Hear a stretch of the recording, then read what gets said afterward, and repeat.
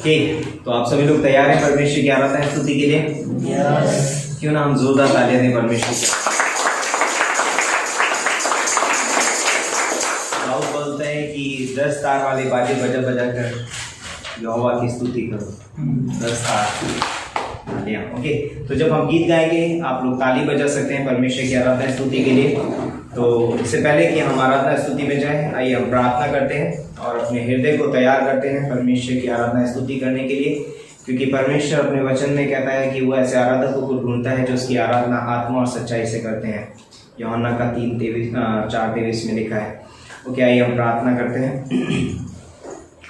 धन्यवाद देते हैं पिता परमेश्वर इस खूबसूरत समय के लिए, इस दिन के लिए। एक बार फिर हम तेरे चरणों में आते हैं। यस परमेश्वर, हम जानते हैं कि तू ही प्रशंसा के योग्य है, तू ही आराधना के योग्य है परमेश्वर। तू ही सारी सृष्टि का बनाने वाला है, तू करता है पिता परमेश्वर। धन्यवाद देते हैं पिता परमेश्वर तेरे प्रेम के लिए, तेरे अनुग्रह के लिए, तेरे बलिदान के लिए जो तूने हमारे लिए उस क्रूस पे दिया पिता परमेश्वर। धन्यवाद देते हैं, तेरे नाम को ऊंचा उठाते हैं, तेरी महिमा तेरी स्तुति करते हैं पिता परमेश्वर। धन्यवाद देते हैं पिता परमेश्वर, धन्यवाद करते हैं। जो भी हम गीत गाएंगे वो तुझे ग्रहण योग्य हो पिता परमेश्वर, और इन गीतों के द्वारा तुझे महिमा मिलेगी। प्रार्थना हमारे उद्धारकर्ता प्रभु यीशु मसीह के नाम से मांगते हैं, आमीन। ओके, आओ करें आराधना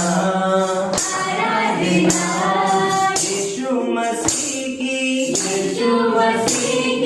आराधना। वो है मेरा खुदा,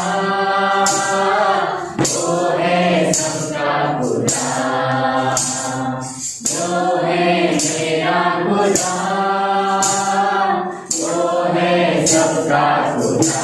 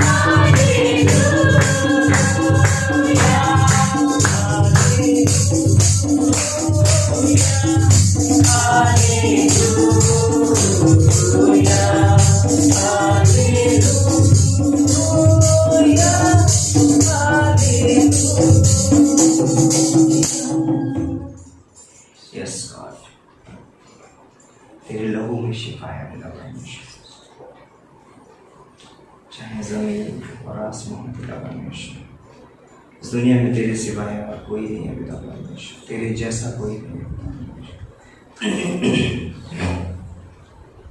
तुम महान है पिता परमेश्वर, तुम सर्वशक्तिमान है, दयावान परमेश्वर।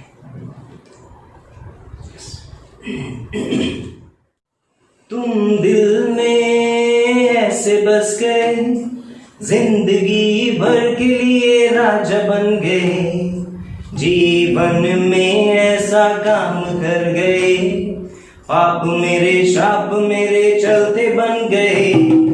तुम दिल में ऐसे बस गए, जिंदगी भर के लिए राजा बन गए, जीवन में ऐसा काम कर गए, पाप मेरे शाप मेरे चलते बन गए।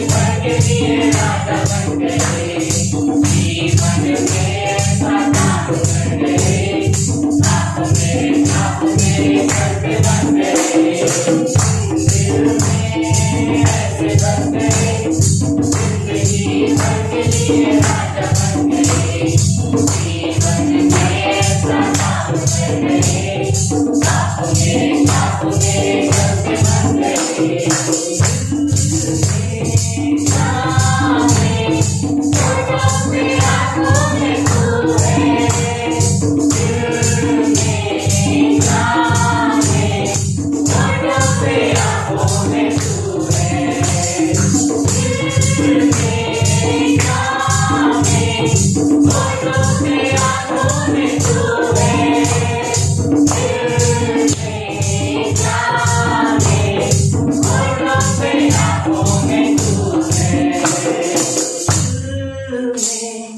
जामे होठों पे आंखों में तू है, दिल में जामे होठों पे आंखों में तू है।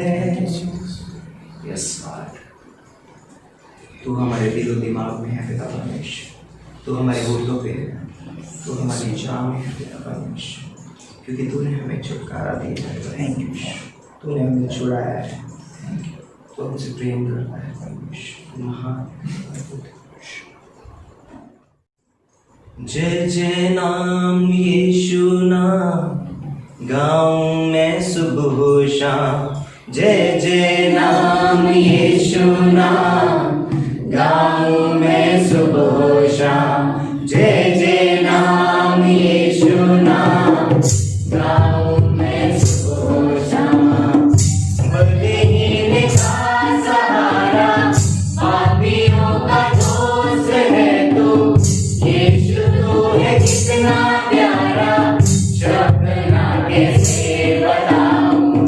बलहीन का सहारा, पापियों का दोस्त है तू, यीशु तू है कितना प्यारा, शब्द ना कैसे बताऊं। जय जय नाम यीशु नाम गाऊं मैं सुबह शाम, जय जय नाम यीशु नाम गाऊं मैं सुबह शाम।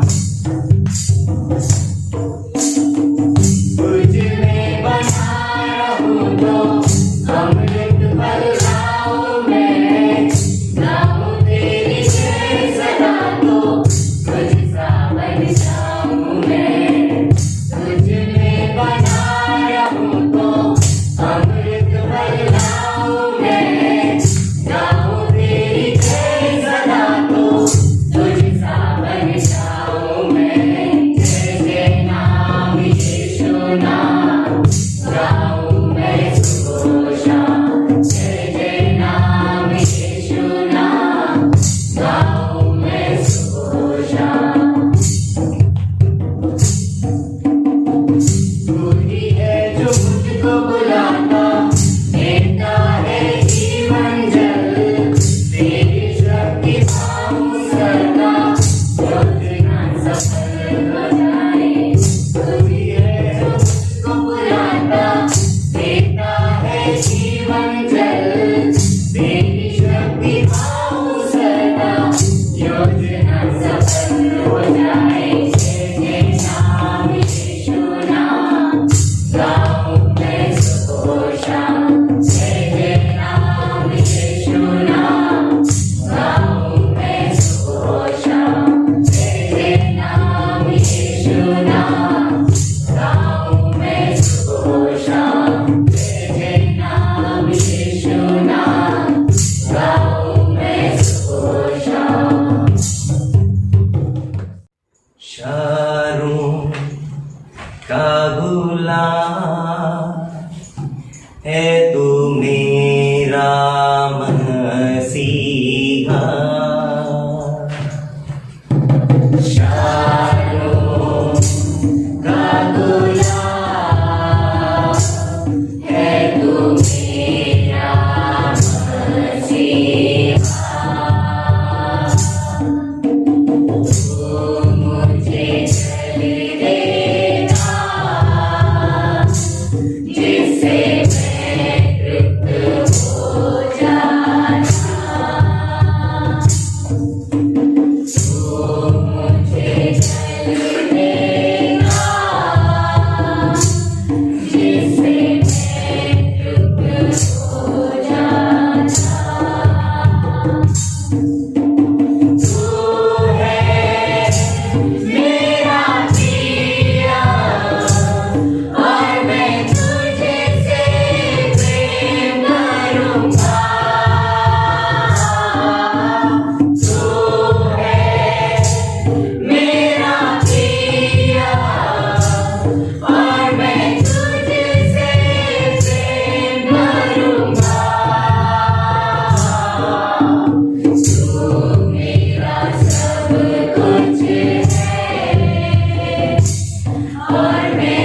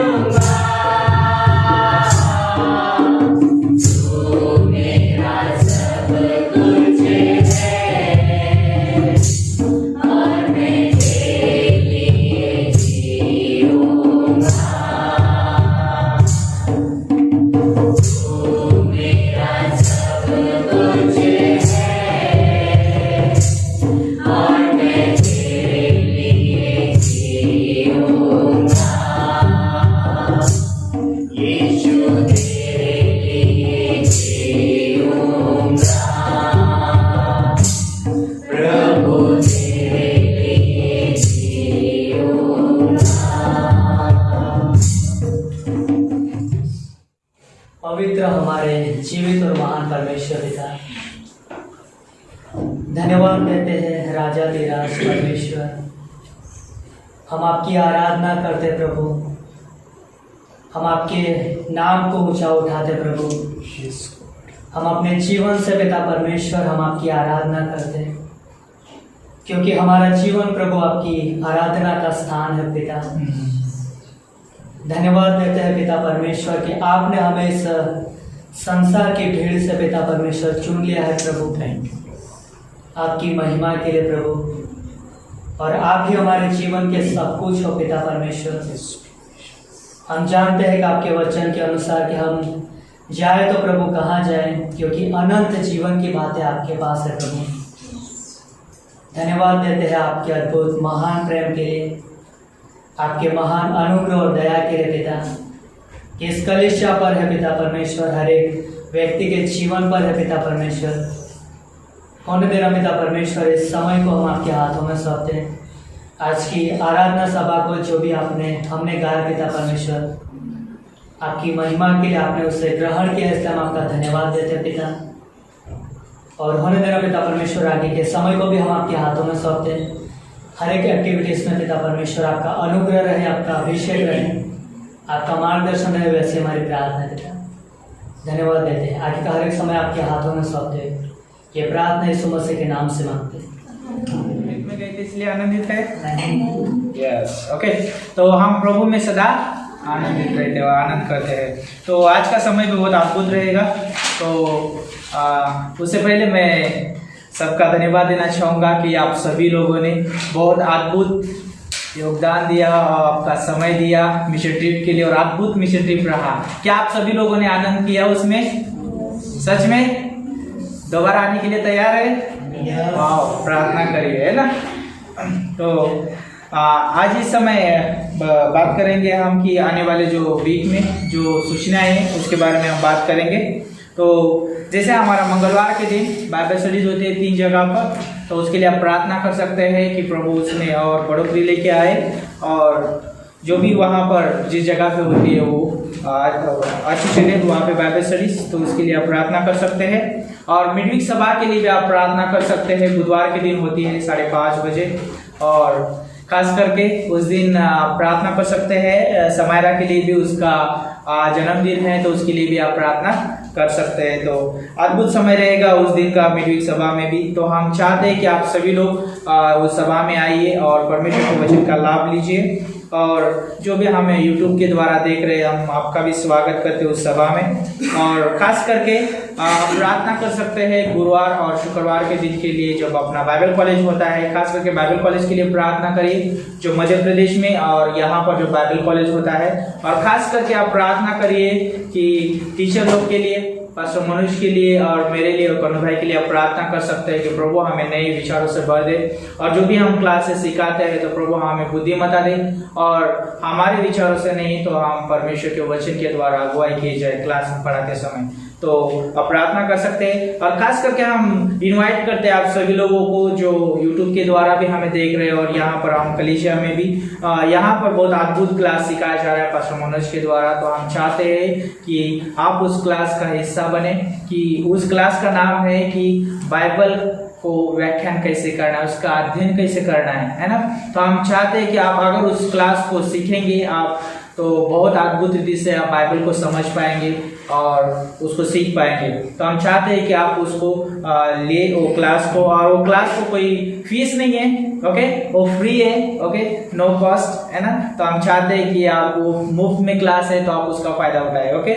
तो उस क्लास में आ सकते हैं। गुरुवार और शुक्रवार के दिन होता है। और खास करके जो अपने कलीसिया के लिए भी क्लास होता है शाम को 5:30 बजे। कौन से दिन? शुक्रवार के दिन। तो हम चाहते हैं कि आप सभी लोग आए और वो क्लास फाउंडेशन क्लास है उसका आप आनंद उठाए, ओके। और आप प्रार्थना कर सकते हैं कि जब हम मध्य प्रदेश जाते हैं तो हमारी यात्रा के लिए भी प्रार्थना करें, और वहाँ पे जो क्लासेस चल रहे हैं वहाँ के स्टूडेंट लोग के लिए भी आप प्रार्थना कर सकते हैं, ओके।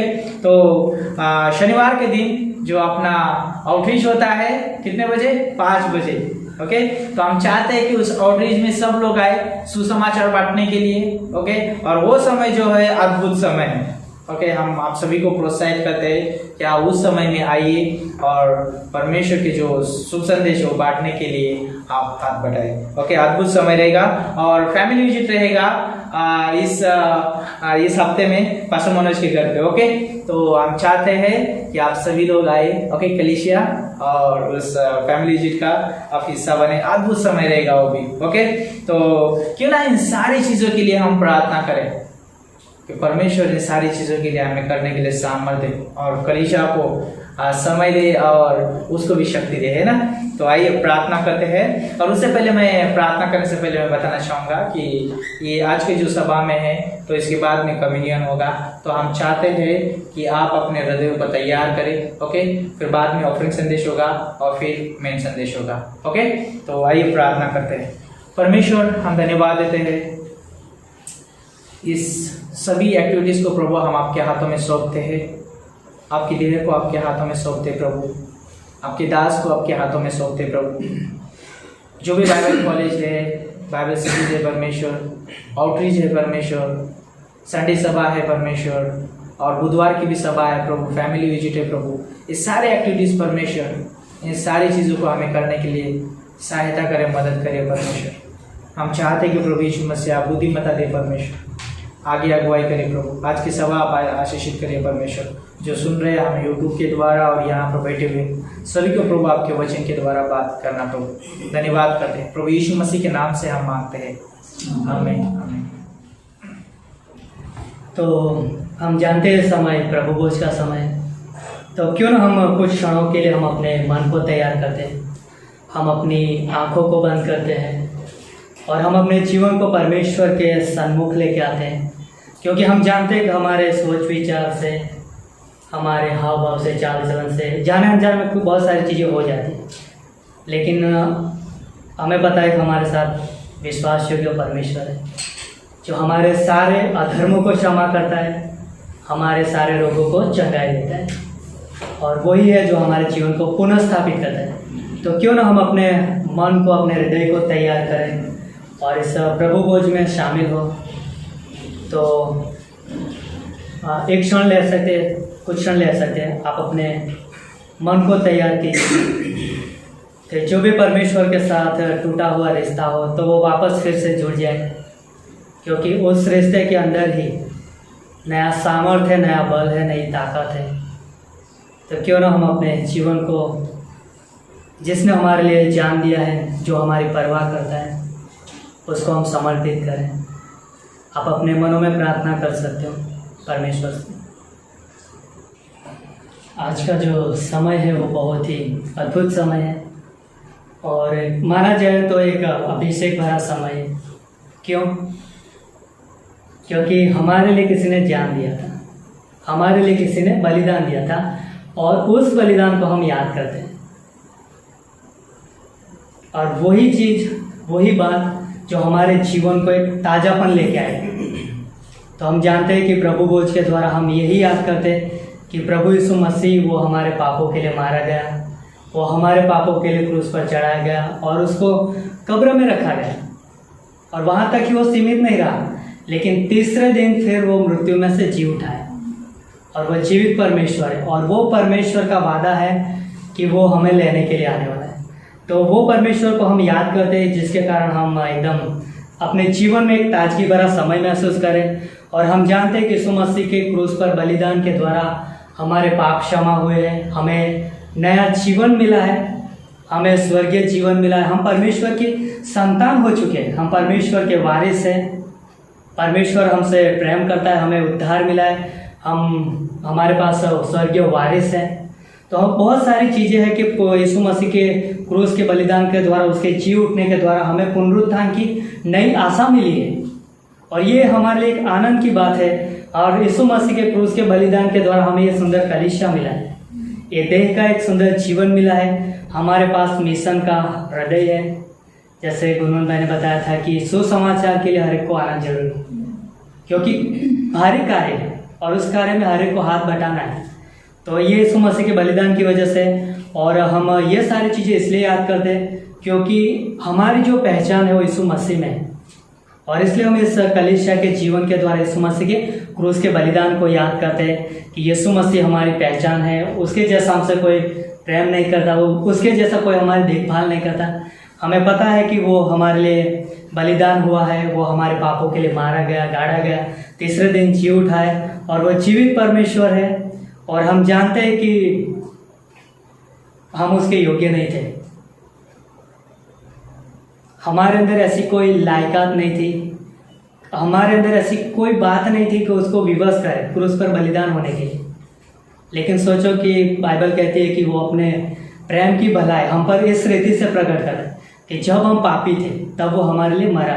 तो पाप के कारण हम पाप के कर्जदार थे, हमारे अंदर वो क्षमता नहीं थी, वो काबिलियत नहीं थी कि हम अपने पापों का गुनाह का कर्ज भर सके। लेकिन यीशु मसीह जो कर्जदार नहीं था, उसने हमारा कर्ज चुका दिया, वो देनदार बन गया, वो हमारा स्थान उसने ले लिया।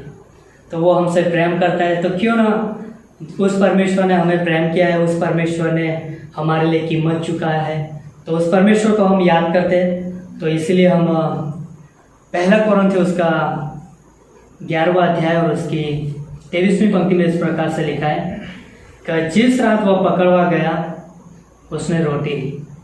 क्या लिया? रोटी लिया। जिस रात वो पकड़वा गया, किसके लिए पकड़वा गया था? हमारे पापों के लिए, हमारे छुटकारे के लिए। और जब वो पकड़वा गया तो उसने रोटी ली और धन्यवाद करके उसे तोड़ी और कहा, ये मेरी देह है जो तुम्हारे लिए है। सोचो, यीशु मसीह अपने देह के लिए धन्यवाद करके क्रूस के बलिदान पर वो तोड़ता है। क्यों? क्योंकि वो हमसे प्रेम करता है, वो चाहता है कि हम उसके हृदय में है, वो चाहता है कि हम उसके साथ रहें, और इसलिए वो अपने जीवन को तोड़ता है क्रूस पर। और धन्यवाद करते हुए उसने रोटी तोड़ी और कहा कि यह मेरी देह है जो तुम्हारे लिए है, मेरे स्मरण के लिए यही किया करो। तो यीशु मसीह ने अपने जीवन का बलिदान दिया था, तो क्यों ना हम यीशु मसीह के बलिदान को धन्यवाद देते उस रोटी में से खाएंगे और उसको महिमा दें।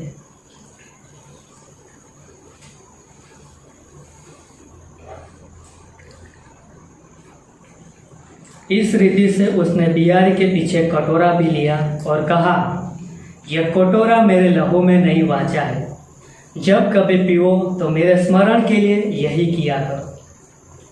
यीशु मसीह ने अपना लहू बहाया, हमारे साथ एक नई वाचा बांधी और उसकी वाचा सदा अटल रहती है। उसने कहा कि मैं तुम्हें कभी नहीं छोड़ूंगा, मैं तुम्हें कभी नहीं त्यागूंगा, और उसके प्रेम से हमें कोई अलग नहीं कर सकता। तो क्यों ना उसके लहू के लिए हम धन्यवाद देते इस कटोरे में से।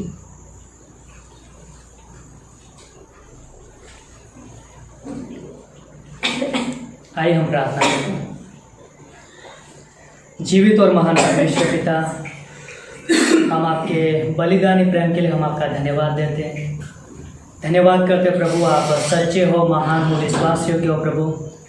और पिता परमेश्वर, आप हमसे इतना प्रेम करते हो कि यूहन्ना 3:16 कहता है कि आपने अपना एकलौता बेटा, जो आपका निजी पुत्र था प्रभु, प्रिय पुत्र था, जो हमारे पापों के लिए पिता उसको क्रूस पर बलिदान कर दिया प्रभु। और उनकी वजह से पिता परमेश्वर आज हम जिंदा है पिता परमेश्वर। उनकी वजह से प्रभु यीशु मसीह, आपकी वजह से आपका स्वर्ग हमारा घर बना, इसलिए हम आपका धन्यवाद देते आपके उस बलिदानी प्रेम के लिए।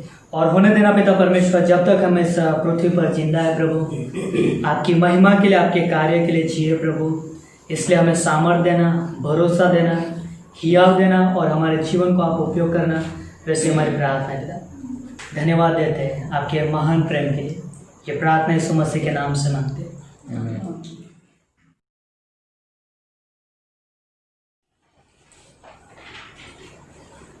तो क्यों ना हम परमेश्वर के वचन पढ़े इस समय। प्रेरितों के काम उसका 2 अध्याय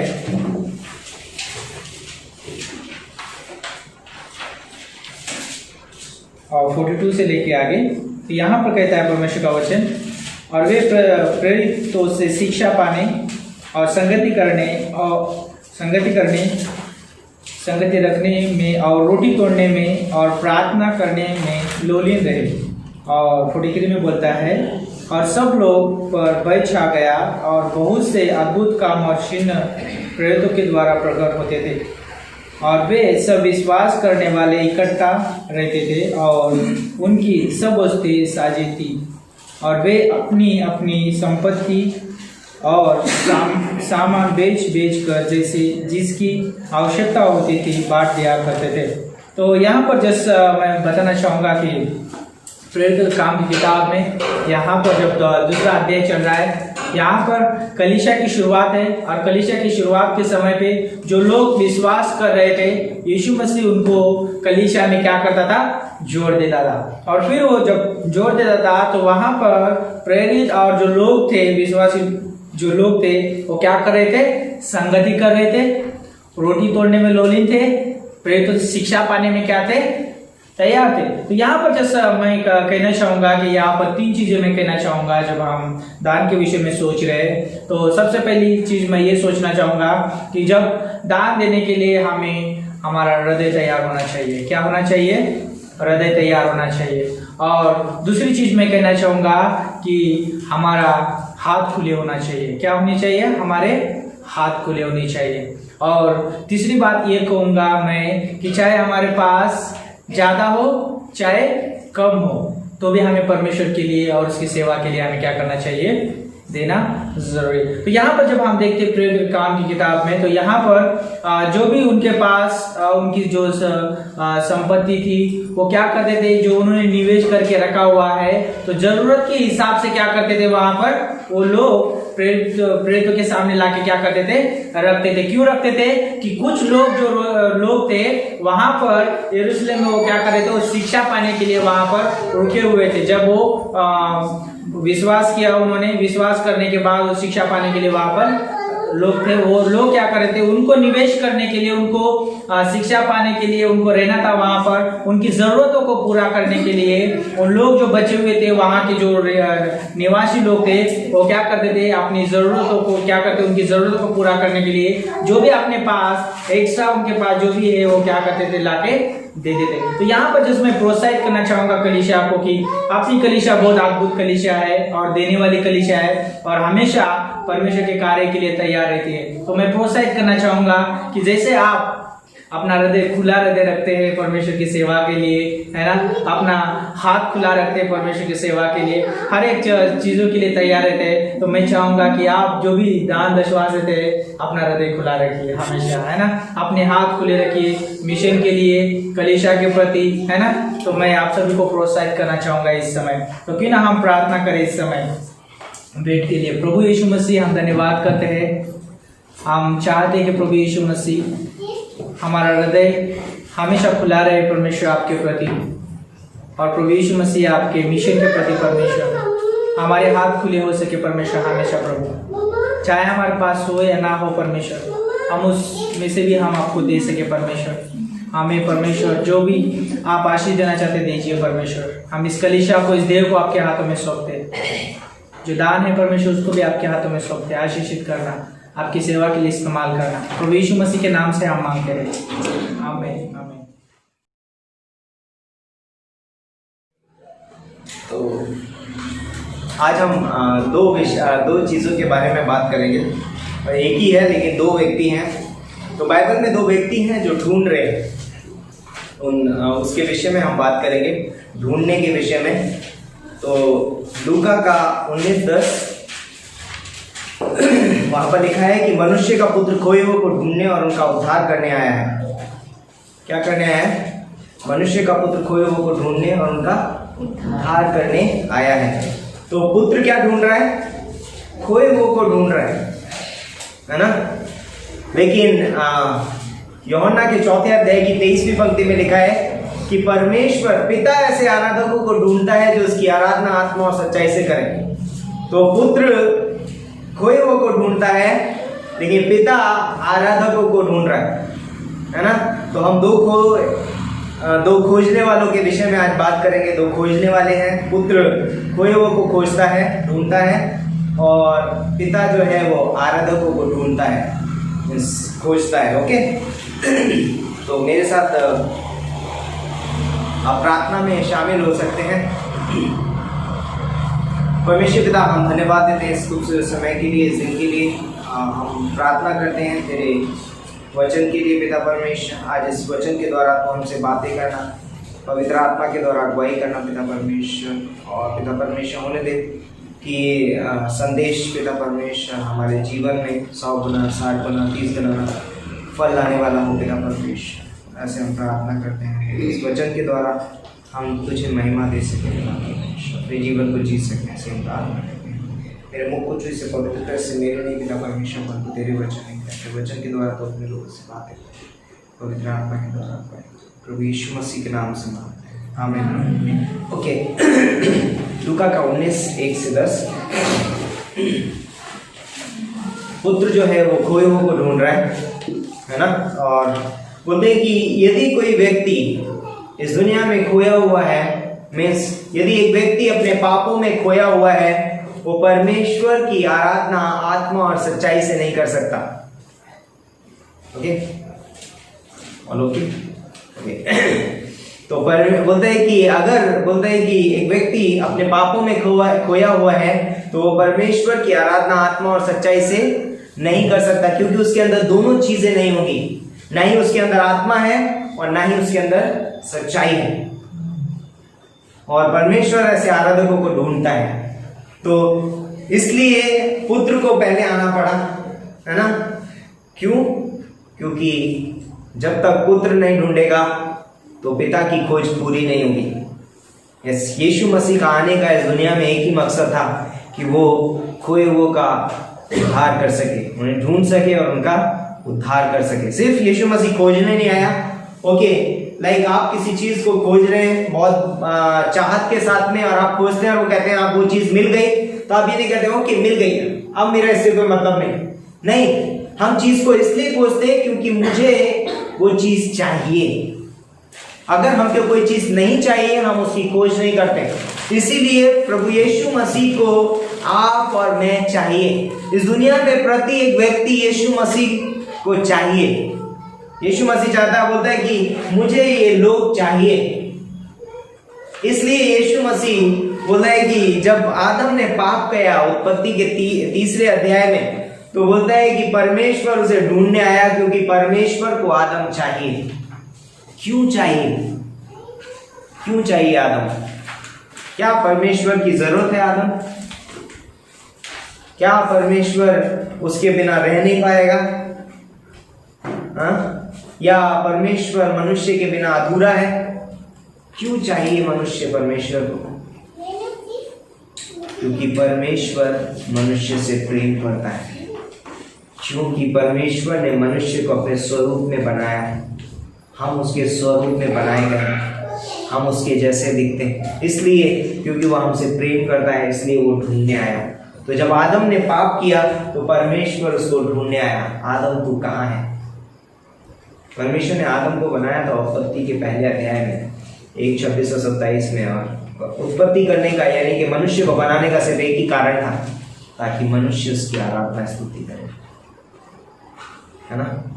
लेकिन यदि मनुष्य परमेश्वर की आज्ञा उल्लंघन करेगा तो वो मनुष्य परमेश्वर की आराधना स्तुति आत्मा और सच्चाई से कभी नहीं कर पाएगा।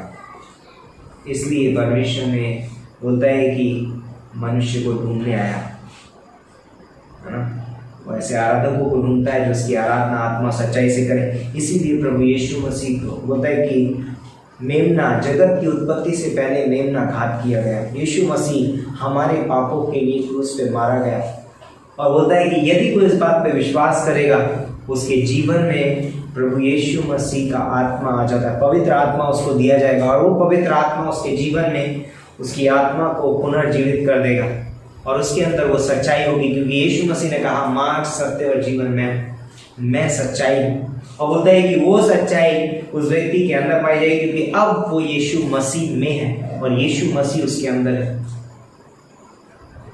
और अब जब वो परमेश्वर की आराधना स्तुति करेगा, अब जब वो अच्छे काम करेगा, तो उससे परमेश्वर को महिमा मिलेगी, परमेश्वर की आराधना स्तुति होगी। इसलिए परमेश्वर ढूंढता है।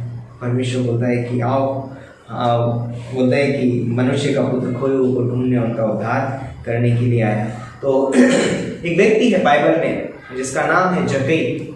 और यूहन्ना के 4 अध्याय में एक स्त्री है जिसका नाम नहीं है, लेकिन सामरी स्त्री के नाम से वो जानी जाती है। सामरी स्त्री, है ना, क्योंकि उस जगह वो सामरी नगर था, उस नगर की वो स्त्री थी, और इसलिए शायद परमेश्वर उसको बोलता है कि नाम मेंशन नहीं किया है। पता नहीं क्या रीजन होगा, मुझे नहीं पता, लेकिन होता है कि वो सामरी स्त्री थी। शायद उस नगर में प्रत्येक व्यक्ति को यीशु मसीह की जरूरत है। वो सिर्फ सामरी स्त्री नहीं थी जिसको वहाँ पर ज़रूरत थी, पूरे नगर को वहाँ पर ज़रूरत थी। और हम देखते हैं कि जब वो यीशु मसीह से बातें करती है और जब वो यीशु मसीह के बारे में सबको बताती है तो पूरा नगर बाहर निकल के आता है और यीशु मसीह को पा लेता है ना। उसके बारे में हम आगे बात करेंगे, लेकिन लूका का 19:1-10 पढ़िए, बहुत खूबसूरत पंक्ति है, मैं पढ़ता हूँ आपके लिए। वह यरीहो में प्रवेश करके जा रहा था और देखो जक्कई नाम एक मनुष्य था जो चुंगी लेने वालों का सरदार और धनी था। वह यीशु को देखना चाहता था कि वह कौन सा है, परंतु भीड़ के कारण देख ना सकता था क्योंकि वह नाटा था। तब उसको देखने के लिए आगे दौड़कर एक गूलर के पेड़ पर चढ़ गया क्योंकि वह उसी मार्ग से जाने वाला था। जब यीशु उस जगह पहुंचा तो ऊपर दृष्टि करके उससे कहा, हे जक्कई, झट उतरा, क्योंकि आज मुझे तेरे घर में रहना अवश्य है।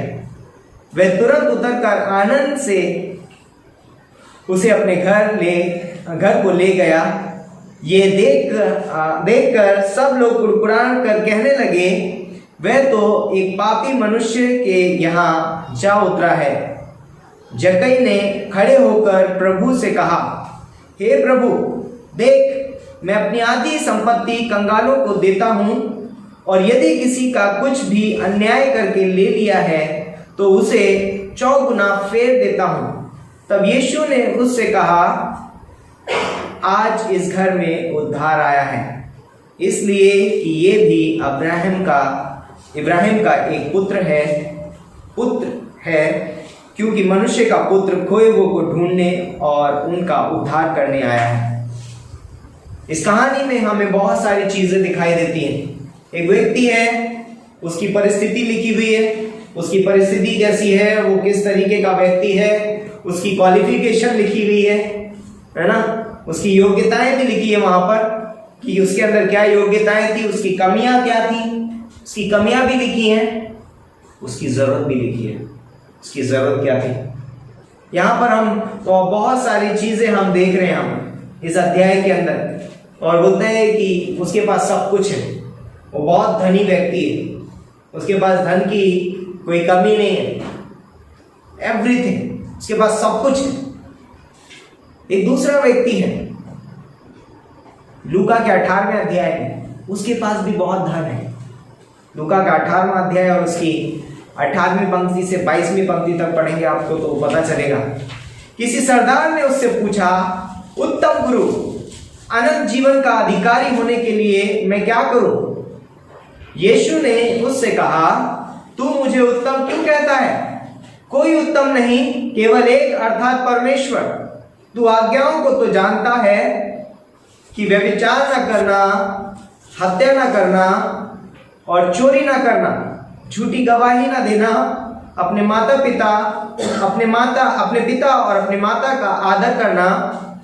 उसने कहा, मैं तो इन सब को लड़कपन ही से मानता आया हूं।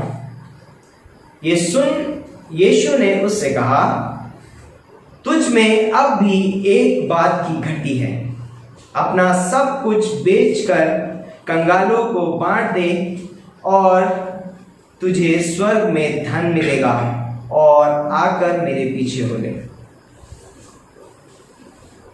दोनों व्यक्ति धनी हैं, दोनों व्यक्तियों की एक जरूरत है, दोनों व्यक्तियों की एक जरूरत है। दोनों व्यक्तियों ने बहुत कुछ किया है, लेकिन दोनों व्यक्ति खाली हैं। जक्कई के पास में भी धन है, इस सरदार के पास में भी धन है, है ना। जक्कई ने कोई अच्छा काम नहीं किया है, जक्कई ने अब तक चुंगी ली है, बुरा काम किया है ना, कोई अच्छा काम नहीं किया है। लेकिन इस व्यक्ति ने बहुत अच्छा काम किया, इसने व्यवस्था का पालन किया है, लेकिन पूरी रीति से पालन नहीं किया है। तो बोलता है कि इसमें एक बात की घटी है, क्या है कि वो अपने धन से बहुत प्रेम करता है। बाइबल बोलती है कि तू अपने परमेश्वर से अपने सारे मन, अपने सारे प्राण, अपनी सारी बुद्धि से और अपनी सारी सामर्थ्य से प्रेम रख, और अपने पड़ोसी से अपने समान प्रेम रख। लेकिन ये व्यक्ति क्या कर रहा है? व्यवस्था तो मानता है, सारी व्यवस्था मानता है, और यहां तक मालूम है कि यदि कोई व्यक्ति सारी व्यवस्था को पूरा करेगा, यस, उसका उद्धार हो सकता है, लेकिन उसे सारी आज्ञाएं माननी पड़ेगी। और इस दुनिया में एक भी व्यक्ति ऐसा नहीं है कि कोई भी कि इस पूरी व्यवस्था का पालन कर सके। इसलिए यहां पर यह व्यक्ति बोलता है कि हाँ, मैं तो करता आया हूं। इट मीन्स ये कह रहा है कि मैं भूल रहा हूं, है ना। यीशु मसीह बोलता है नहीं, अभी भी तुझ में एक बात की घटी है, क्योंकि तू अभी भी 10वीं आज्ञा को तोड़ रहा है। 10वीं आज्ञा क्या है पता है? तो अपने पड़ोसी की किसी चीज का लालच ना करना। उसके अंदर धन का लालच है, वो दूसरे की संपत्ति को भी अपना करना चाहता है, लेकिन अपनी संपत्ति दूसरे को नहीं देना चाहता है। उसके अंदर वो लालच है, और वो 10वीं आज्ञा को तोड़ रहा है। और यहाँ पर प्रभु यीशु मसीह कहता है कि अभी भी तुझ में एक बात की घटी है। एक व्यक्ति स्वयं को बोलता है कि व्यवस्था का पालन करने के द्वारा परमेश्वर को प्रसन्न करने की कोशिश कर रहा है, और परमेश्वर बोलता है नहीं, क्योंकि तू पूरी व्यवस्था पालन नहीं कर रहा है, इसलिए मैं प्रसन्न नहीं हूं। एक व्यक्ति जो अपने जीवन में शांति पाने की कोशिश में लगा हुआ है और बोलता है कि शायद मैं बहुत ज्यादा धनी हो जाऊंगा तो मैं संतुष्ट हो जाऊंगा, मुझे शांति प्राप्त होगी। उसका नाम है जक्कई, लेकिन उसके पास शांति नहीं है। उसके पास धन बहुत आयत से है, लेकिन उसके पास शांति नहीं है। यहां तक यीशु मसीह ने भी कहा है कि यदि मनुष्य सब कुछ प्राप्त करे और अपने प्राण ही को खो दे तो उसे क्या लाभ। आपका प्राण अंदर से आपको कोसता है, आपके प्राण में अशांति है और आपके पास बहुत कुछ है, क्या लाभ। लेकिन एक व्यक्ति बोलता है कि दोनों की जरूरत प्रभु यीशु मसीह, और उसने कहा दोनों को, एक व्यक्ति को तो यीशु मसीह ने कुछ बोला भी नहीं। यीशु मसीह ने जक्कई से कुछ नहीं कहा, उन्होंने कहा तू ऐसा कर ले वैसा कर ले, लेकिन इस व्यक्ति को बोला, क्योंकि ये स्वधर्मी बनना चाहता है, ये व्यवस्था का पालन करके धर्मी बनना चाहता है। इसलिए यीशु मसीह से उसने सवाल पूछा, लेकिन जक्कई ने सवाल नहीं पूछा। जक्कई ने नहीं बोला कि मैं कैसे स्वर्ग पहुंचूं। इस व्यक्ति ने सवाल पूछा, यीशु मसीह ने उसको जवाब दिया, ऐसा कर। इस दुनिया में बहुत सारे लोग हैं, बहुत सारे इस दुनिया में लोग हैं, और वो कई बार सुसमाचार भी सुनते हैं और बोलते हैं कि उनको उत्तर भी मिलता है, यदि तू यीशु मसीह को अपने जीवन में ग्रहण करे, है ना। बहुत सारे अच्छे काम करते हैं, लेकिन कोई भी मनुष्य अच्छे काम नहीं कर सकता हमेशा तक। लेकिन यदि कोई व्यक्ति यीशु मसीह को अपने जीवन में अपना उद्धारकर्ता करके ग्रहण करेगा, वो उद्धार पाएगा। तो यहाँ पर ये व्यक्ति बोलता है कि उदास होकर वहां से चला जाता है, क्योंकि वो बहुत ही धनी था, है ना। 23वीं पंक्ति में लिखा है, वह ये सुनकर बहुत उदास हुआ, क्योंकि वह बड़ा धनी था। एक तरफ उदासी है, एक तरफ आनंद है। जब यीशु मसीह ने उस व्यक्ति से कहा, जब यीशु मसीह ने जक्कई से कहा कि आज मुझे तेरे घर में रहना अवश्य है, तो जक्कई आनंद से भर गया। और यीशु मसीह ने नहीं कहा उससे कि तू अपनी आधी संपत्ति कंगालों को बांट दे, और जिसका तूने अन्याय करके ले लिया उसका 4 गुना फेर दे। यीशु मसीह ने उससे नहीं कहा। यीशु मसीह ने उससे क्या कहा, आज इस घर में उद्धार आया है। क्यों? क्योंकि उसने यीशु मसीह का वेलकम किया। यीशु मसीह को अपने घर में क्या दिया? निमंत्रण दिया, उसको आने दिया, रिसीव किया, उसको ग्रहण किया अपने जीवन में। और जब उसने अपने यीशु मसीह को ग्रहण किया, उसके जीवन में उद्धार आया, है ना। ये जो 9वीं पंक्ति में लिखा, तब यीशु ने उससे कहा कि आज इस घर में उद्धार आया है।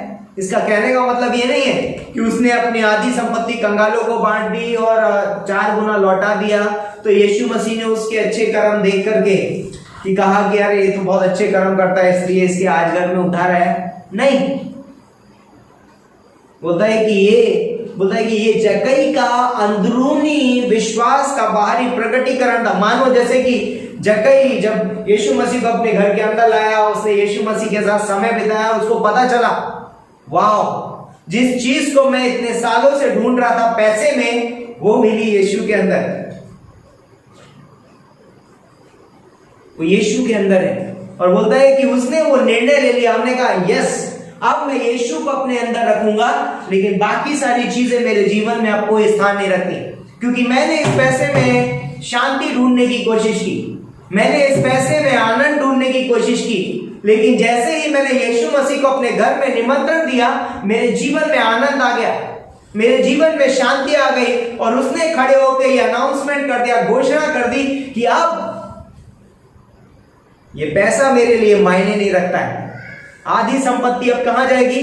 कंगालों को जाएगी। अब मैं 4 गुना किसको फेर दूंगा? जिसका अन्याय करके ले लिया, क्योंकि अब मेरा हृदय परमेश्वर के साथ सही हो गया है। Now my heart is right with God, है ना। अब मेरा हृदय परमेश्वर के साथ क्या हो गया है? सही हो गया है। अब मुझे किसी से लूट मार करने की आवश्यकता नहीं है, अभी मुझे धनी बनने की आवश्यकता नहीं है। अब मेरे पास अनमोल धन है, अब मेरे पास यीशु मसीह है ना। यीशु मसीह ने कहा मत्ती का 6:33 में, पहले उसके राज्य और उसकी धर्म की खोज करो तो बाकी सारी चीजें तुम्हें आप ही मिल जाएंगी, बाकी सारी वस्तुएं तुम्हें यूं ही मिल जाएंगी। और यहाँ पर जक्कई को ये बात पता चल गई, और जक्कई बोलता है कि वाह, हाँ मैंने यीशु मसीह को पा लिया। जक्कई बोलता है कि नाटा है। इस दुनिया में हर एक व्यक्ति की दशा है, हर एक व्यक्ति, हम बहुत बहुत छोटे हैं परमेश्वर तक पहुंचने के लिए, हम परमेश्वर तक नहीं पहुंच सकते, हम परमेश्वर तक हमारी पहुंच नहीं हो सकती। हम सब महिमा से रहित, रोमियो 3:23 बोलता है कि सब ने पाप किया और परमेश्वर की महिमा से रहित है ना। हम परमेश्वर तक नहीं पहुंच सकते, we can not reach God, हम परमेश्वर तक पहुंच ही नहीं सकते, लेकिन परमेश्वर हम तक पहुंच सकता है। और हम देखते हैं कि वहां पर जक्कई तो परमेश्वर तक, यीशु मसीह तक नहीं पहुंचा, लेकिन यीशु मसीह जक्कई तक पहुंचा। और यीशु मसीह ने कहा नीचे उतर, आज मुझे तेरे घर में रहना अवश्य है। और वहां पर लोग कुड़कुड़ा रहे।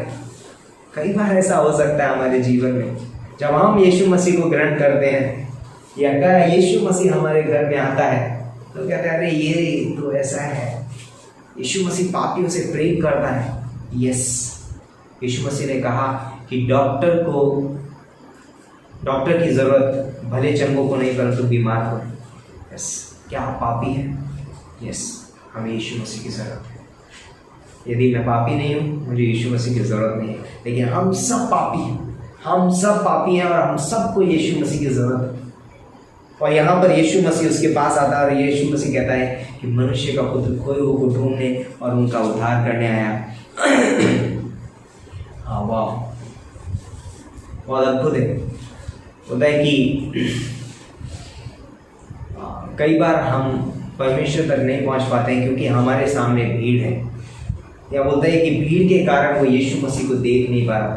कई बार हमारे जीवन में भीड़ हो सकती है ना। कई बार इससे आज संसार में लोगों के सामने बहुत भीड़ है, रिलीजन्स की भीड़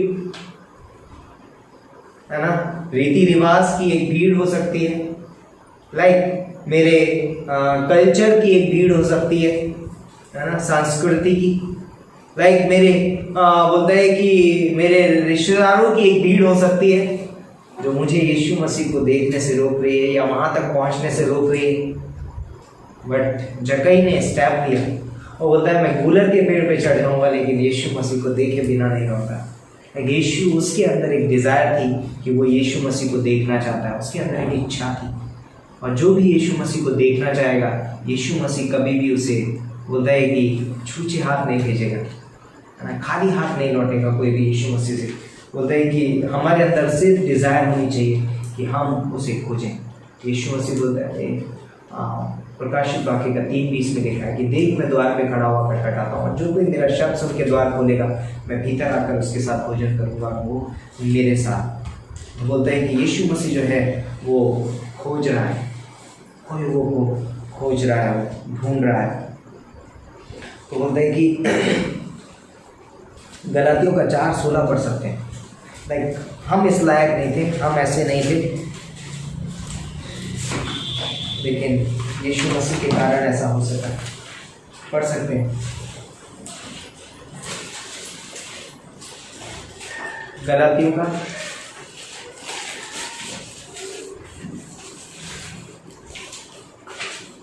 4:16, जिसको मिलता है पढ़ सकते हैं फटाक से। तो क्या तुम में से सच बोलने के कारण मैं तुम्हारा बैरी बन गया हूँ?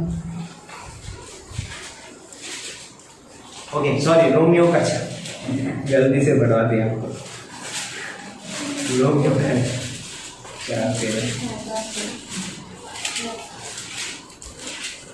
4:16, रोमियो का 4। इसी कारण प्रतिज्ञा विश्वास पर आधारित है कि अनुग्रह की रीति पर हो, कि वह उसके सब वंशजों के लिए दृढ़ हो, न कि केवल उसके लिए जो व्यवस्था वाले हैं, वरन उनके लिए भी जो अब्राहम के समान विश्वास वाले हैं, वही तो हम सबका पिता है। वाह, इसी कारण वे विश्वास के द्वारा मिलती है। क्या मिलती है? प्रतिज्ञा, मीरास, वारिस। हम कैसे होते हैं? किसके द्वारा मिलती है? हमें उद्धार किसके द्वारा मिला है? विश्वास के द्वारा। और बोलता है कि आज इस घर में उद्धार आया है क्योंकि ये भी अब्राहम का एक पुत्र है ना। विश्वास के द्वारा हम अब्राहम के पुत्र ठहरते हैं, है ना। वो लाइक उसके जकई अब्राहम के वंश का था, लेकिन फिर भी उसे यीशु मसीह की जरूरत है प्रवेश करने के लिए, स्वर्ग में प्रवेश करने के लिए। कोई बोलता है कि पिता के नाम से कोई पुत्र स्वर्ग में प्रवेश नहीं करेगा। बोलता है कि उसे खुद व्यक्तिगत रूप से उसको ग्रहण करने की आवश्यकता है। तो बोलता है कि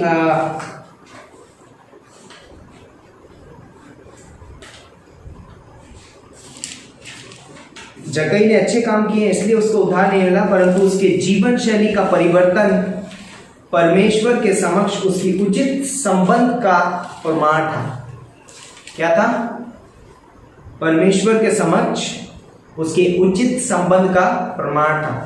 लाइक उसने जकई ने परमेश्वर के साथ बहुत सारा समय बिताया यीशु मसीह के साथ, और उसके बाद उसने वो निर्णय लिया अपने जीवन में। तो पहले उसने वो किया नहीं, है ना, कि एकदम से उसने बांट दिया, पर प्रभु यीशु मसीह देख मैं इतना सारा दान दक्षिणा कर रहा हूं, अब मुझे उद्धार मिलेगा। तो यीशु मसीह ने कहा हाँ बहुत धनी आदमी है, बहुत दान करता है, ओके उद्धार दे रहा। नहीं, अगर ऐसा होता तो यीशु मसीह क्रूस पे क्यों मर रहा है? घर घर जाके सिखा देता, भाई सिखाओ जाके सबको ऐसा ऐसा करना है और फिर उद्धार मिल जाएगा। और इस दुनिया में लोग ऐसा करते हैं, लेकिन क्योंकि यीशु मसीह के साथ उसने व्यक्तिगत समय बिताया था, और उसने बोलता है कि उचित संबंध बनाया, और उस संबंध का प्रमाण था जो उसने किया। 6ठी और 7वीं पंक्ति में वो संबंध का प्रमाण था। जब हमारा संबंध प्रभु यीशु मसीह के साथ जुड़ जाता है, फिर हमारे जीवन से अच्छे काम हमें करने की जरूरत नहीं पड़ती, हो जाते हम खुद ही करेंगे, है ना। किसी को फोर्स करने की जरूरत नहीं, दबाव डालने की जरूरत नहीं, वो हमारे जीवन से होंगे, है ना। बोलते हैं कि ये बल्ब दिख रहा है आपको, इससे रोशनी निकलेगी, ये बना ही इसलिए है। यीशु मसीह ने कहा तुम जगत की ज्योति हो, रोशनी के लिए बने हैं। रोशनी क्या करती है? लोगों के जीवन के अंधियारे को मिटाती है, उजियाला देती है ना। ये हमारा काम है, एक विश्वासी का काम है दूसरों के जीवन में उजियाला देना। इसीलिए यीशु मसीह का जो खूबसूरत कार्य है वो खोए हुए को ढूंढने आया है। लूका का 15वें अध्याय में हम कहानी देखते हैं, 5वीं पंक्ति में, 9वीं पंक्ति में और 24वीं पंक्ति में बोलता है कि मेरा बेटा खो गया था लेकिन अब मिल गया है।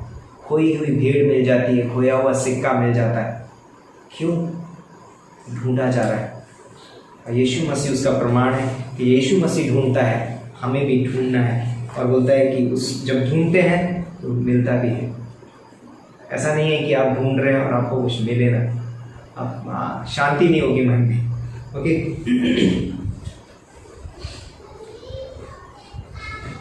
जगह के जीवन में कुछ चीज़ें हैं, मैं यहाँ पर लिखा था, आप अगर लिखना चाहते हैं तो लिख सकते हैं।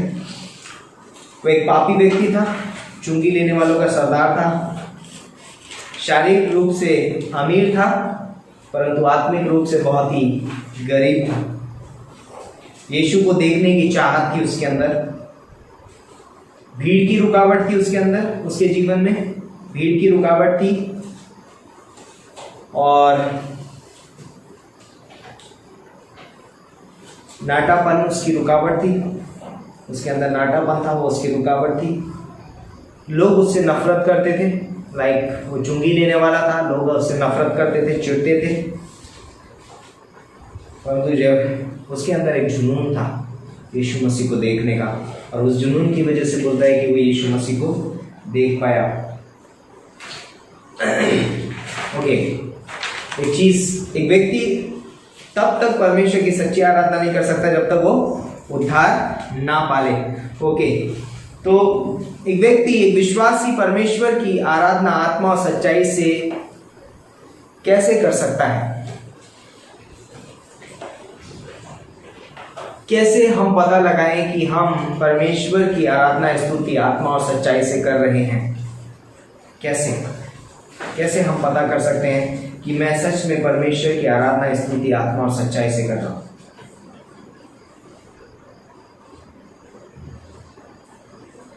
कुछ चीजें हैं। परमेश्वर आराधकों को ढूंढ रहा है। नंबर 1, आत्मा पर निर्भर रहकर, पवित्र आत्मा पर निर्भर रहकर वचन की सच्चाई में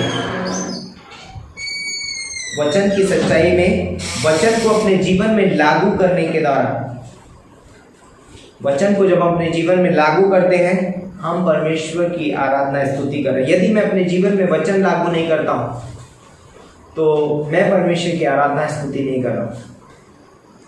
यीशु से अच्छा आराधक इस दुनिया में कोई नहीं होगा, क्योंकि यीशु मसीह एक परफेक्ट एग्जाम्पल है, उदाहरण है प्रत्येक मनुष्य के लिए है। उसने पिता की आज्ञा का पालन किया, वचन के अनुसार अपने जीवन को जिया, है ना, हमेशा परमेश्वर को अपने जीवन में ऊंचा उठाया, है ना, दया करने वाला, प्रेम करने वाला, अनुग्रह करने वाला व्यक्ति। इसलिए बोलते हैं कि यीशु मसीह एक सच्चा आराधक था और यह परमेश्वर को चाहिए। फिलिपियों का 2:5 के हिसाब से, यदि एक व्यक्ति का मसीह के जैसा स्वभाव है ना, तुम्हारा स्वभाव मसीह का जैसा स्वभाव था वैसा ही तुम्हारा भी स्वभाव हो। यदि एक व्यक्ति का, एक विश्वासी का, लाइक यीशु मसीह जो है वो खुद वो को ढूंढता है, लेकिन पिता आराधकों को ढूंढता है। आप एक विश्वासी बन सकते हो, लेकिन जरूरी नहीं है आप एक सच्चे आराधक हैं। यदि एक व्यक्ति का स्वभाव मसीह यीशु जैसा नहीं है, वो सच्चा आराधक नहीं हो सकता। यदि एक व्यक्ति परमेश्वर के वचन को अपने जीवन में प्रथम स्थान नहीं देता है, वो सच्चा आराधक नहीं है। क्योंकि परमेश्वर बोलता है कि परमेश्वर ऐसे आराधकों को ढूंढता है जो आत्मा और सच्चाई से उसकी आराधना करें। सच्चाई, परमेश्वर का वचन सत्य है। यदि आपके जीवन में वो सच्चाई नहीं, वो वचन नहीं है, तो आप परमेश्वर के सच्चे आराधक नहीं है। यदि हम पवित्र आत्मा की अगुवाई में नहीं चलते, है ना, तो शायद मैं सच्चा आराधक नहीं हूं। क्योंकि आत्मा मुझे बताता है कि परमेश्वर क्या चाहता है ना, आत्मा मुझे बताता है, आत्मा मुझे अगुवाई करता है। तो फिलिपियों का 2:5 कि जैसा मसीह यीशु का स्वभाव था वैसा ही तुम्हारा भी स्वभाव हो। जब हमारा जीवन में मसीह यीशु जैसा स्वभाव होता है, हम सच्चे आराधक बनते हैं। कैसे मैं जानूं मैं आत्मा और सच्चाई में परमेश्वर की आराधना स्तुति कर रहा हूं? नंबर 1, अपने जीवन में परमेश्वर को प्रथम स्थान देना। हर चीज में, हर एक चीज में परमेश्वर को अपने जीवन में प्रथम स्थान देना। चाहे आप छोटा से छोटा कार्य करते हैं, चाहे आप कहीं भी जाते हैं, आप कहीं भी हैं, किसी भी स्थान में क्यों ना हो, अपने रिश्तों में, अपने बोलते हैं कि काम के स्थान में परमेश्वर को प्रथम स्थान देना, परमेश्वर की आराधना स्तुति करनी। यदि आप परमेश्वर को प्रथम स्थान नहीं देते हैं, आप उसकी आराधना स्तुति नहीं कर रहे। ओके, उसको ऊंचा उठाना अपने जीवन में, परमेश्वर को ऊंचा उठाना। दूसरी चीज, गीतों के द्वारा, है ना, गाने गाना भी परमेश्वर की आराधना स्तुति है। लाइक सिर्फ कलीसिया में खड़े होकर गीत गाना ही परमेश्वर की आराधना स्तुति नहीं।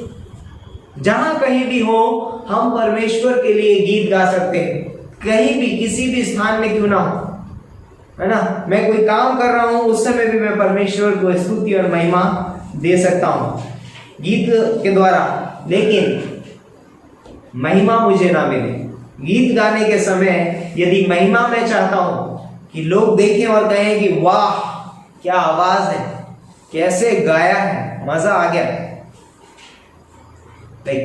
कितना अच्छा आराधना स्तुति था, परमेश्वर की उपस्थिति महसूस की गई। एक आवाज दिखा सकते हैं, एक परमेश्वर की आराधना स्तुति कर सकते हैं। लाइक हो सकता है एक व्यक्ति की आवाज अच्छी नहीं है, लेकिन वो अपने सारे हृदय से गीत गा रहा है।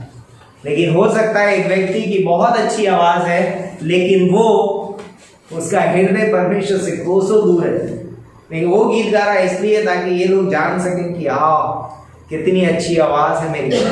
हो सकता है, इसीलिए बोलते हैं कि गीत गाना ही नहीं, परंतु गीतों के द्वारा महिमा परमेश्वर को मिले, ये सच्ची आराधना स्तुति है। ओके, तीसरा पॉइंट है परमेश्वर के साथ सोचना। यदि एक व्यक्ति परमेश्वर के साथ सोचता है, मीन्स थिंकिंग विद गॉड, परमेश्वर के साथ सोचना भी परमेश्वर की आराधना स्तुति करनी है। लाइक मैं कह रहा हूं वाह परमेश्वर कितना महान है, क्योंकि परमेश्वर महिमा में वास करता है, और जब एक व्यक्ति परमेश्वर के साथ सोचता है, वो उसकी महिमा कर रहा है, क्योंकि वो महिमावान परमेश्वर है। ओके, चौथा, उसके वायदों पर भरोसा करने के द्वारा। यदि आप उसके वायदों पर भरोसा करते, लाइक यीशु मसीह ने कहा, यूहन्ना 3:16 में लिखा है, खूबसूरत वायदा है कि जो उस पर विश्वास करेगा वो नाश नहीं होगा कभी, वो अनंत जीवन पाएगा। यदि एक व्यक्ति अपने मन में हमेशा, एक विश्वासी अपने मन में हमेशा ये सोचता है कि वो उद्धार खो देगा, परमेश्वर के वायदे पर विश्वास नहीं रखता, उसको भरोसा नहीं है, ट्रस्ट नहीं है, तो वो क्या कर रहा है, वो सच्चा आराधक नहीं है, उसकी परमेश्वर की आराधना नहीं कर रहा है। क्योंकि आराधना उसकी की जाती है जो सर्व सामर्थी, सर्वव्यापी, सर्वोपरि है।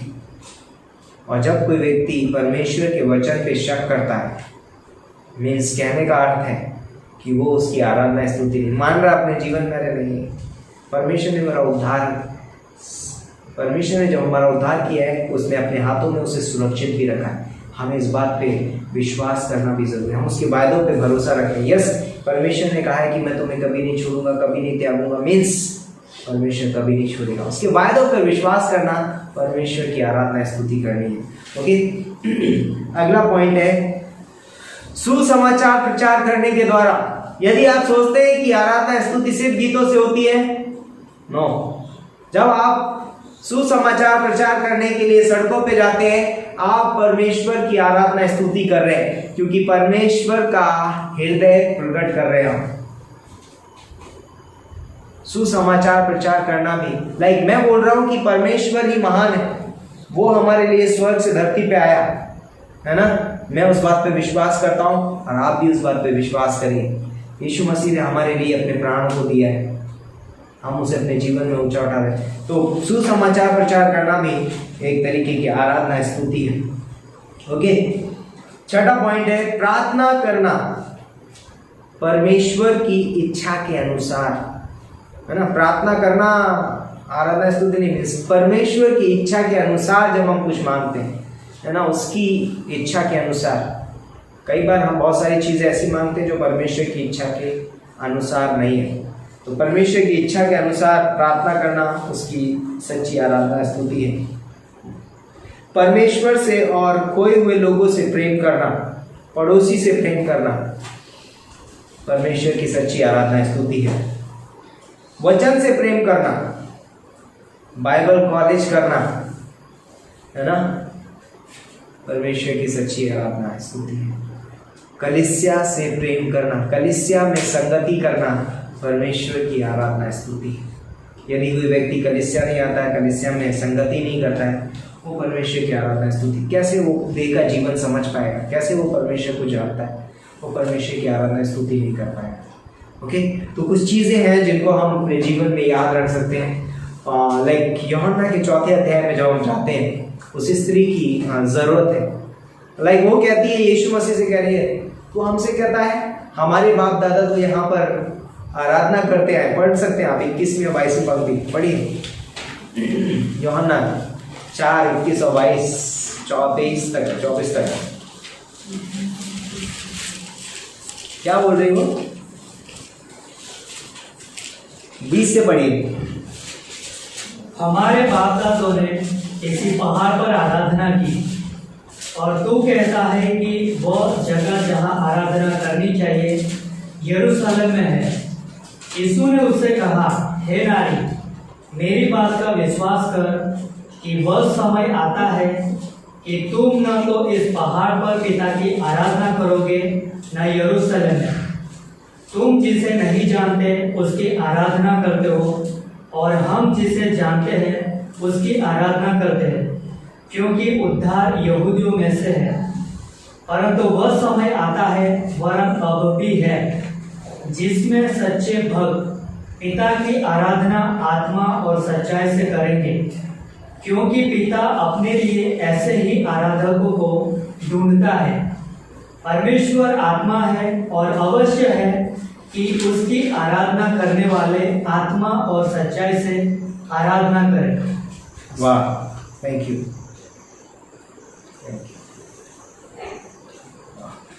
यहाँ पर हम 3 व्यक्तियों को देखते हैं। लाइक एक व्यक्ति है जो व्यवस्था का पालन करने वाला है, लूका के 18वें अध्याय में वो व्यवस्था को मानने वाला है। दूसरा व्यक्ति है जक्कई, जो पापी है ना, उसकी कोई काबिलियत नहीं है। तीसरा व्यक्ति है, तीसरी स्त्री है, जो कि हमें यूहन्ना के 4 अध्याय में दिखाई देती है। ये स्त्री बोलती है कि हम आराधना करने वाले लोग हैं। यहाँ बोलता है मैं व्यवस्था को मानने वाला हूँ, यहाँ बोलता है कि मैं आराधना करने वाला हूँ, और यहाँ बोलता है कि मैं किसी लायक नहीं हूँ। और बोलता है, यीशु मसीह बोलता है उसके घर में, आज इस घर में उद्धार है। और उस स्त्री को बोलता है कि परमेश्वर ऐसे आराधक को ढूंढता है जिसकी आराधना आत्मा सच्चाई से। लाइक एक तरफ बोल सकता है आदमी, मैं बहुत व्यवस्था को मानने वाला हूँ, मैं बहुत परमेश्वर को मानने वाला हूँ। एक तरफ बोल सकता है, हाँ मैं बहुत आराधना स्तुति करने वाला हूँ। लेकिन एक तरफ बोल सकता है, मैं कुछ भी नहीं, मैं तो तुझे सिर्फ देखना चाहता हूँ। और यीशु मसीह कहता है कि आज इस घर में उद्धार आया है। और उसने यीशु मसीह की आराधना स्तुति की, उसके सामने उसने ये घोषणा की कि मुझे यीशु मसीह मिल गया। तो हमारे जीवन में हमारा एक ही लक्ष्य होना चाहिए, एज अ बिलीवर, एक विश्वासी होने के नाते हमारा एक ही लक्ष्य होना चाहिए कि हम परमेश्वर की आराधना स्तुति करें। परमेश्वर में सिर्फ हमें इसीलिए बनना है, आराधना स्तुति। तो आराधना स्तुति कैसे करें? हर एक चीज़ में परमेश्वर को ऊंचा उठाना, हर एक स्थान में परमेश्वर को प्रथम स्थान देना। इसके द्वारा हम परमेश्वर की आराधना स्तुति कर सकते हैं और परमेश्वर से आराधना होती है। यीशु मसीह ढूंढता है कोई वो हो। लाइक आज हम मिल गए हैं यीशु मसीह ने हमें खोज लिया, हम खोए हुए थे, लेकिन अब पिता हमारे अंदर वो आराधक ढूंढ रहा है। और पिता को वो आराधक चाहिए। एक विश्वासी के अंदर पिता एक आराधक ढूंढता है, कुछ नहीं ढूंढ रहा है वो होता है कि टीचर नहीं ढूंढ रहा है, एक आराधक ढूंढ रहा है, एक आराधक। अच्छा काम करने वाला व्यक्ति नहीं ढूंढ रहा है, आराधक ढूंढ रहा है। और जब आप परमेश्वर की आराधना करेंगे, हम जब परमेश्वर की आराधना करेंगे, हम सब कुछ कर सकते हैं। सबसे पहला चीज़ जो हमारे जीवन का कर्तव्य है वो ये है कि हम परमेश्वर को आराधना स्तुति चलाएं। आमीन। तो आइए हम प्रार्थना करते हैं। परमेश्वर पिता, हम धन्यवाद देते हैं इस खूबसूरत समय के लिए, इस दिन के लिए। हम धन्यवाद देते हैं तेरे प्रेम, तेरे अनुग्रह के लिए, तेरी दया के लिए। यस तू ऐसे आराधकों को ढूंढता है जो तेरी आराधना आत्मा सच्चाई से कर सके। तू महान है, तू सर्वशक्तिमान परमेश्वर, तेरा प्रेम महान है परमेश्वर। हमारे जीवन में हमें सच्चा आराधक बना देना परमेश्वर। हम तुझे अपने जीवन में प्रथम स्थान दे सके, तुझे ऊंचा उठा सके। धन्यवाद, सारा आदर महिमा तुझे देते हैं। प्रार्थना हमारे उद्धार करता प्रभु यीशु मसीह के नाम से। करते हैं तेरी हम स्तुति, हृदय की गहराइयों से करते हैं तेरी हम स्तुति, हृदय की गहराइयों से। यीशु तू ही है, तू ही है हमारा प्रभु। यीशु तू ही है, तू ही है हमारा प्रभु। महिमा हो तेरी, हालेलुया। महिमा हो तेरी, ओ महिमा हो तेरी, हालेलुया। महिमा हो तेरी, आत्मा और सच्चाइयों से तेरी आराधना करेंगे। आत्मा और सच्चाइयों से तेरी आराधना करेंगे। ऊंचा और ऊंचा, सबसे ऊंचा रहे तेरा नाम। ऊंचा और ऊंचा, सबसे ऊंचा रहे तेरा नाम। महिमा हो तेरी, हालेलुया। महिमा हो तेरी, ओ महिमा हो तेरी, हालेलुया। महिमा हो तेरी, ओ महिमा हो तेरी, हालेलुया। महिमा हो तेरी।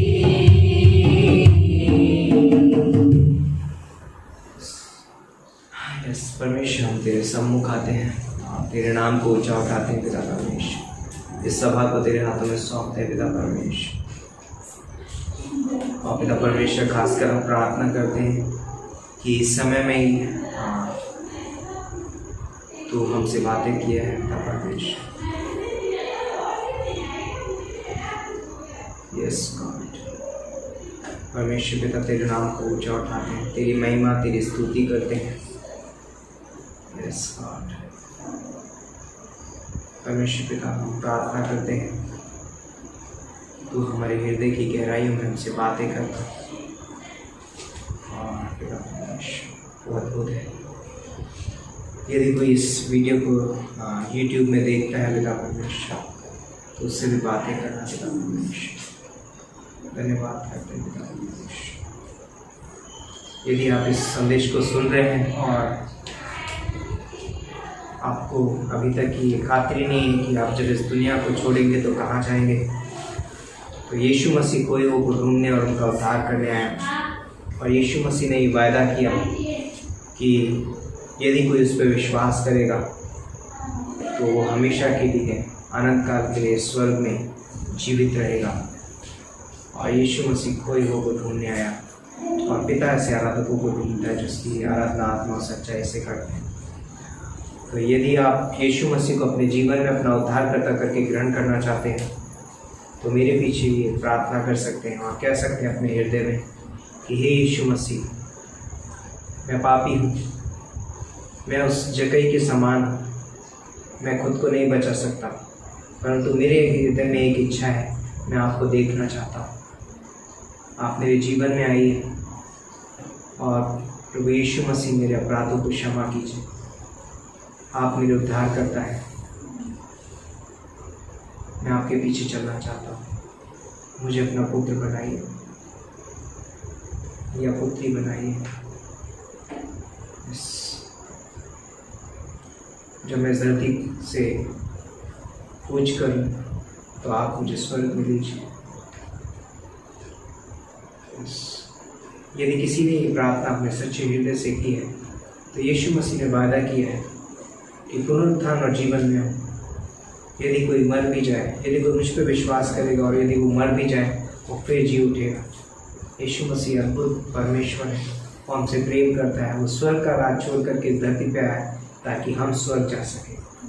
तो यीशु मसीह आपसे प्रेम करता है। यदि आपने ये प्रार्थना की है आप हमारे साथ संपर्क कर सकते हैं और आप हमसे बातें कर सकते हैं और हम आपको प्रोत्साहित करेंगे। यदि आपके मन में कोई सवाल है तो आप सवाल पूछ सकते हैं। प्रार्थना। प्रभु यीशु मसीह, हम प्रार्थना करते हैं इस समय में तो हमारे साथ होना। आगे के रैप सेशन को भी तेरे हाथों में सौंपते हैं। प्रभु यीशु मसीह के नाम से मांगते हैं, आमीन।